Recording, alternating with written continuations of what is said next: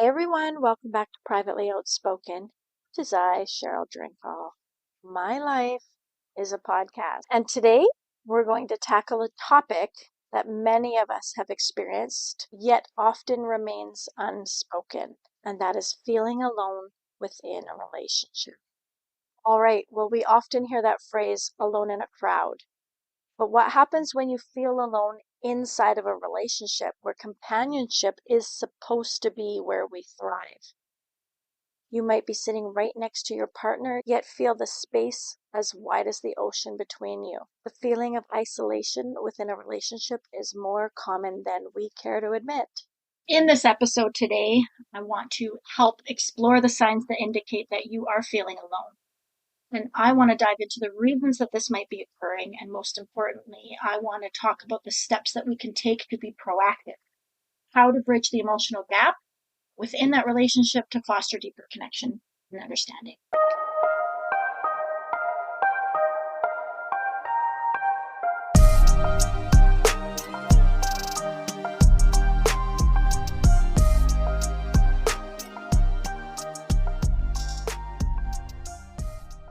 So let's dive right in. In a relationship, you can be physically close, but you can be emotionally distant. Emotional loneliness often stems from a lack of meaningful exchange. Like going through daily routines, going through them without truly connecting on that deeper level.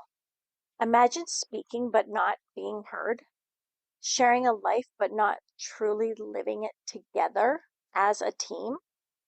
Emotional intimacy literally is the glue that holds relationships together.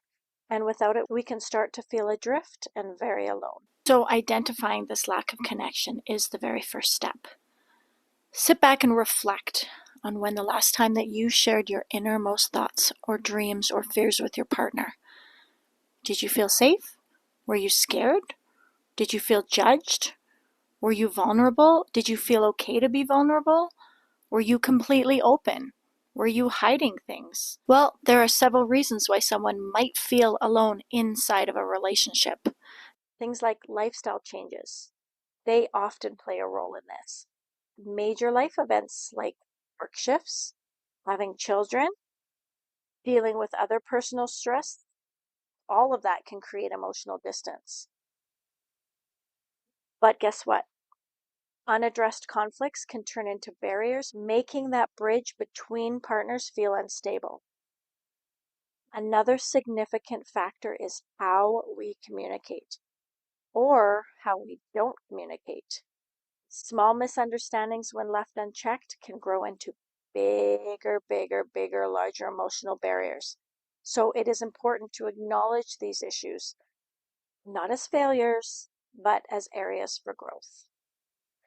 All right, so let's shift gears for just a few minutes here. Let's explore the actionable steps that can rekindle your relationship.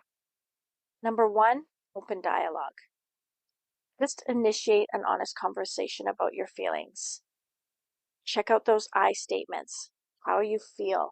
Express how you feel without placing any blame. Like, I feel distant and would love to reconnect. The second step is quality time. That means dedicating intentional time to connect. It could mean scheduling a regular date night or setting aside time each day in some activity that you both are enjoying. Something as simple as a short walk can work wonders.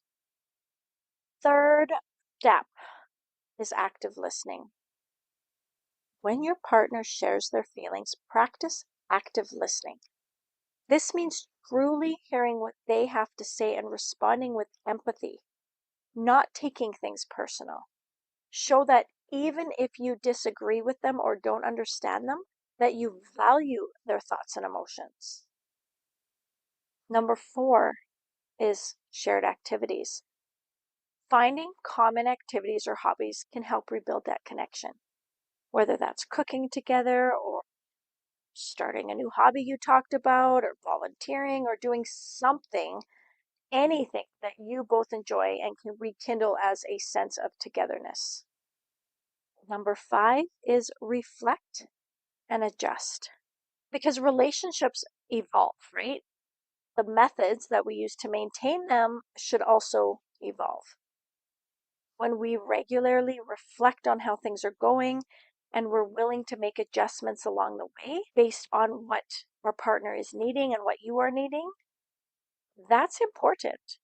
Ask yourself what's working well and what can we improve together is so very important because relationships require continuous nurturing.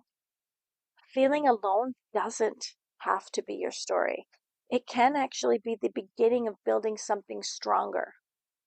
It has been proven that couples who work through these feelings together often build more resilient relationships as a result. As we look ahead, it's crucial to always remember that you do not have to settle for a relationship that doesn't fulfill you, a relationship that doesn't fulfill your emotional needs and your longing for that connection. The connections that we do seek, they should enrich our lives, not diminish our sense of self or belonging. Take a moment today. Take a moment for yourself to reflect. Think about how much communication do you truly need to feel fulfilled.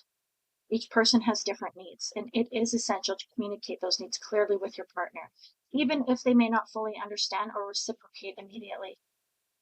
If you find that your partner is unwilling to engage in meaningful discussion about the relationship, it's okay to reassess your options. You hold the power to decide what's right for you.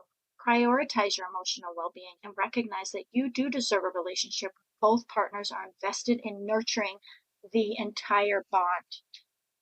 Having an open discussion about the state of your relationship should never feel like pulling teeth. It should be a shared responsibility. If you sense resistance or a lack of commitment to addressing all the feelings within a relationship and understanding, just understand that you do have a right to advocate for your needs. Silence may keep the peace for a short time, but it will lead to very long-term solitude. In the end, true connection is available to you, and you have the agency to seek it out. Remember, it's about mutual growth and understanding, not just tolerating emotional distance. And before we wrap up, feeling alone at times is a natural part of a relationship. Doesn't have to be the end though. Take proactive steps. You can transform solitude into shared growth. Keep pushing. Thank you so much for being part of today's quick discussion. Remember, communication and empathy are your strongest tools within a relationship. Until next time, I'm encouraging you to be privately outspoken with those you love. You are not alone, and it is okay to seek the connections that fulfill you. Take care, everyone. Love you.